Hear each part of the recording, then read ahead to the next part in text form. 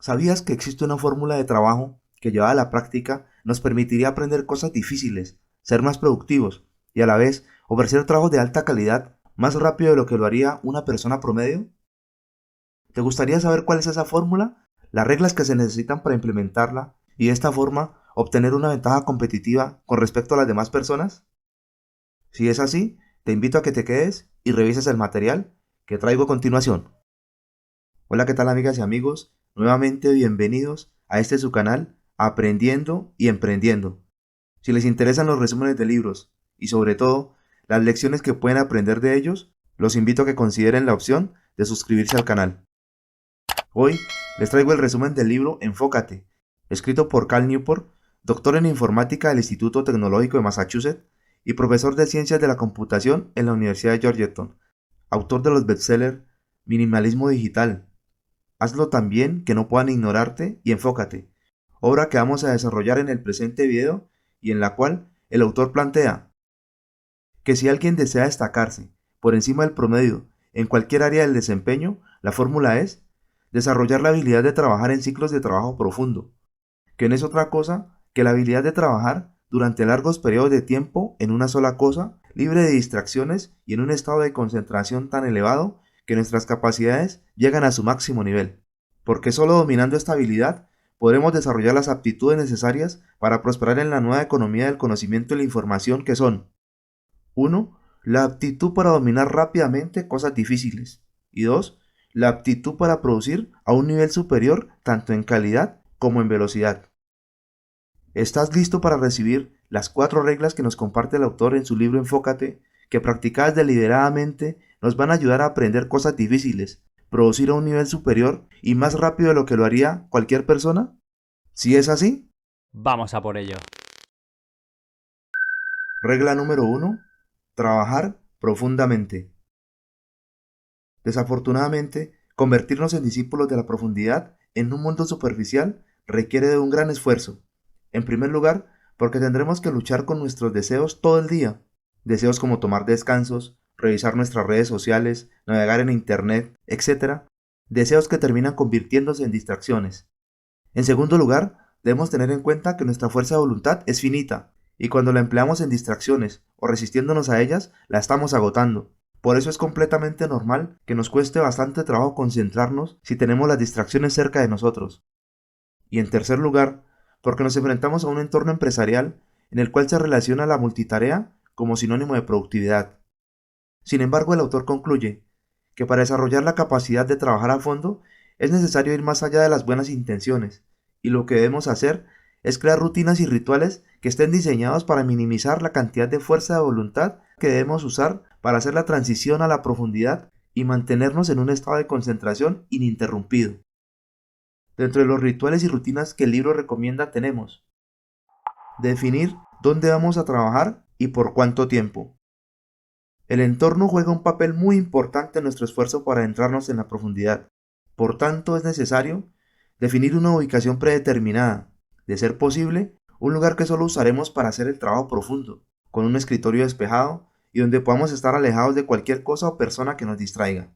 Sin importar el lugar que hayamos elegido, es clave asignar un tiempo específico y un momento fijo del día, para que la sesión de trabajo se convierta en un reto concreto y no en una carga sin límites definidos.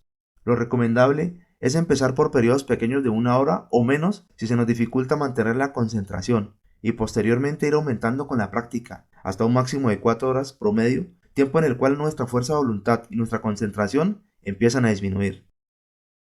¿Cómo apoyar la práctica del trabajo profundo? Es importante que el ritual le garantice a nuestro cerebro que va a recibir el apoyo y la energía necesaria para operar a un nivel alto de profundidad. Por ejemplo, el ritual puede especificar que la sesión empieza después de una buena taza de café o después de haber hecho ejercicio suave. Otras prácticas que podemos incluir en nuestras rutinas es organizar desde el día anterior el material que vamos a necesitar y una lista de tareas para no perder energía mental pensando en qué hay que hacer a cada momento. Estructurar el pensamiento profundo. Para un mejor provecho de los ciclos de trabajo, el autor propone que empecemos por hacer una revisión de las variables más significativas del problema a resolver. Luego de identificadas, preguntarnos: Si abordando estas variables tendremos la solución o es necesario dar otro paso. Y este ciclo se repite hasta obtener la meta específica a la que vamos a dirigir nuestra atención. Nos podemos apoyar de un mapa mental que nos permita visualizar en conjunto la estructura y posteriormente trabajar en ciclos cada variable o variables. Regla número 2. Abrir las puertas al aburrimiento. El cerebro humano no ha sido programado para el aburrimiento.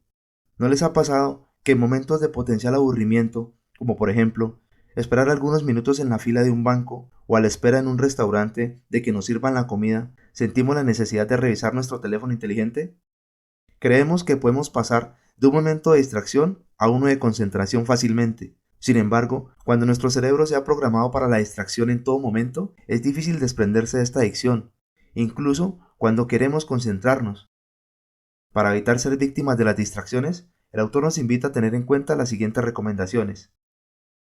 Programe distracciones ocasionales a la concentración. Lo que nos propone esta estrategia es que programemos bloques de distracción una vez hayamos terminado los bloques de trabajo profundo y que respetemos estos tiempos, es decir, abstenernos de ocuparnos en distracciones durante los periodos de profundidad. De esta manera, disminuiremos el impacto de las distracciones y estaremos entrenando a nuestra mente para que se pueda concentrar más fácilmente. Meditación productiva. Esta es una práctica que recomienda mucho el autor, que consiste en aprovechar los momentos en los cuales no estamos ocupados mentalmente, como por ejemplo, cuando vamos caminando, cuando conducimos, incluso cuando estamos haciendo trabajo físico, y concentremos nuestra atención en un problema único y definido que deseamos resolver. Y al igual que en la meditación convencional, cada que nos distraigamos, debemos redirigir a nuestra mente nuevamente al problema.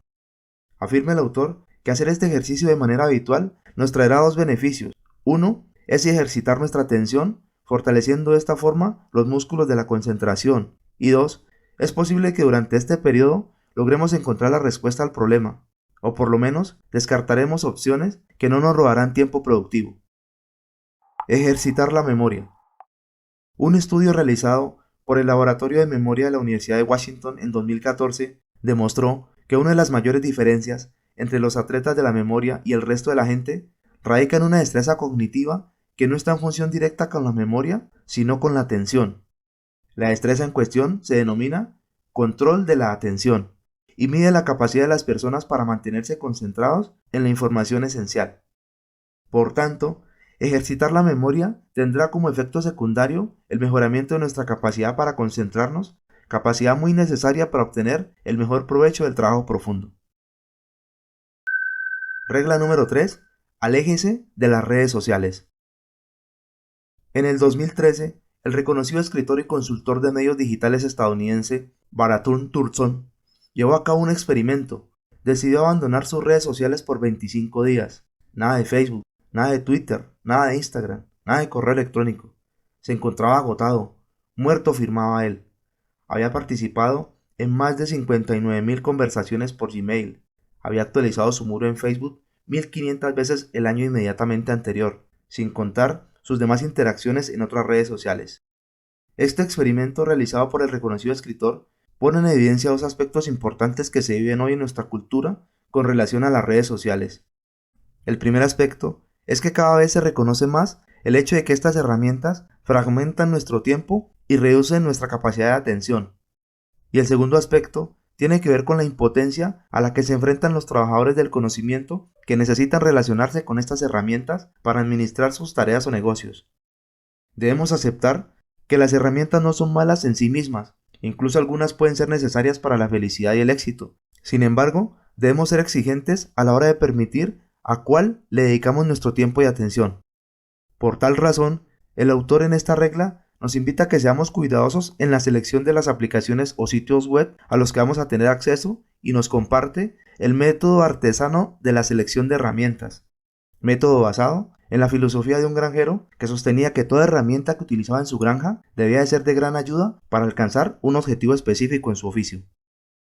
El primer paso de este método consiste en identificar las principales metas de alto nivel que queremos plantearnos para nuestra vida personal y profesional.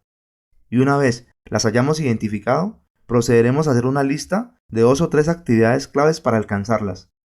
El siguiente paso es examinar cada una de las aplicaciones y sitios web que utilizamos actualmente con respecto a cada una de las actividades clave y preguntarnos si su uso tiene un impacto sustancialmente positivo o por el contrario, un impacto sustancialmente negativo en su participación habitual y eficaz de la actividad.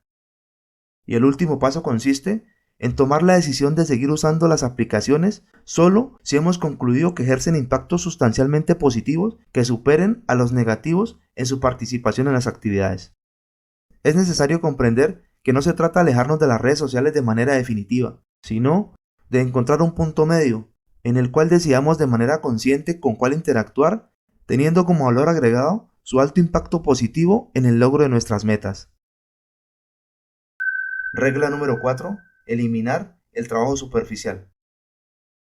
El trabajo superficial está constituido por todas aquellas tareas que no son exigentes desde el punto de vista cognitivo y que generalmente son tareas de tipo logístico, como por ejemplo, revisar el correo electrónico, postear en redes sociales, atender llamadas y un sinnúmero de tareas varias que suelen ejecutarse en medio de las distracciones.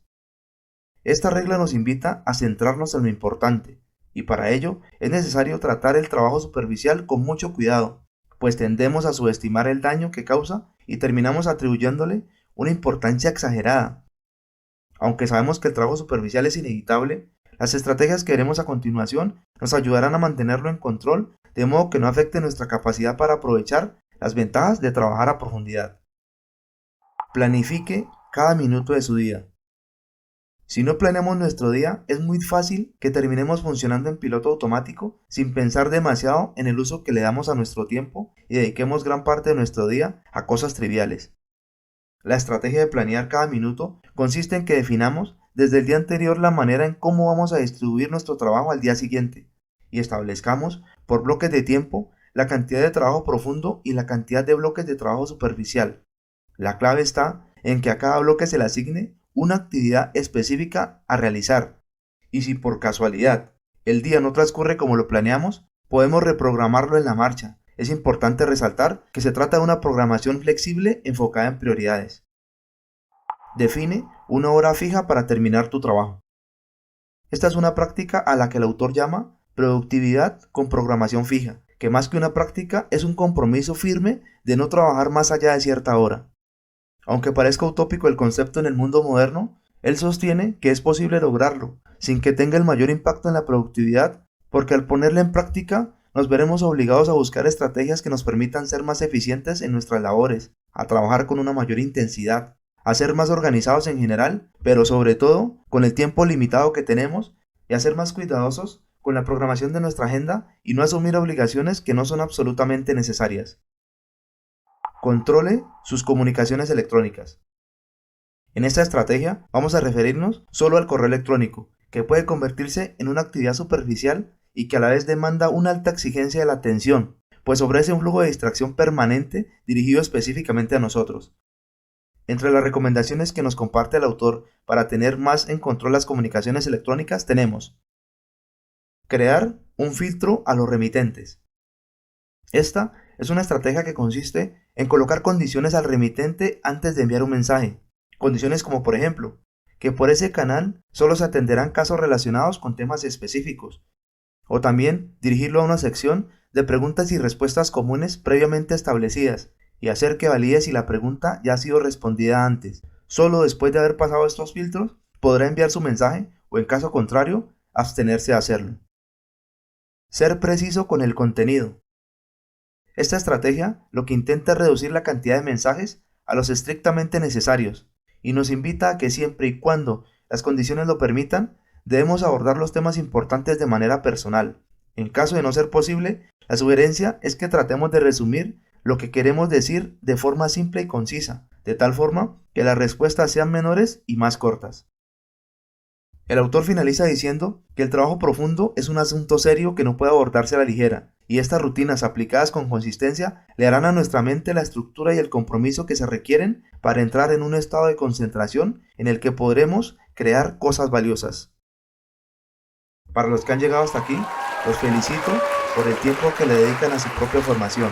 Los invito a que consideren suscribirse al canal si aún no lo han hecho, dar manito arriba si les gustó el video, y si desean que realicemos un resumen con las principales lecciones de un libro en especial, me gustaría que lo dijeran en la caja de comentarios.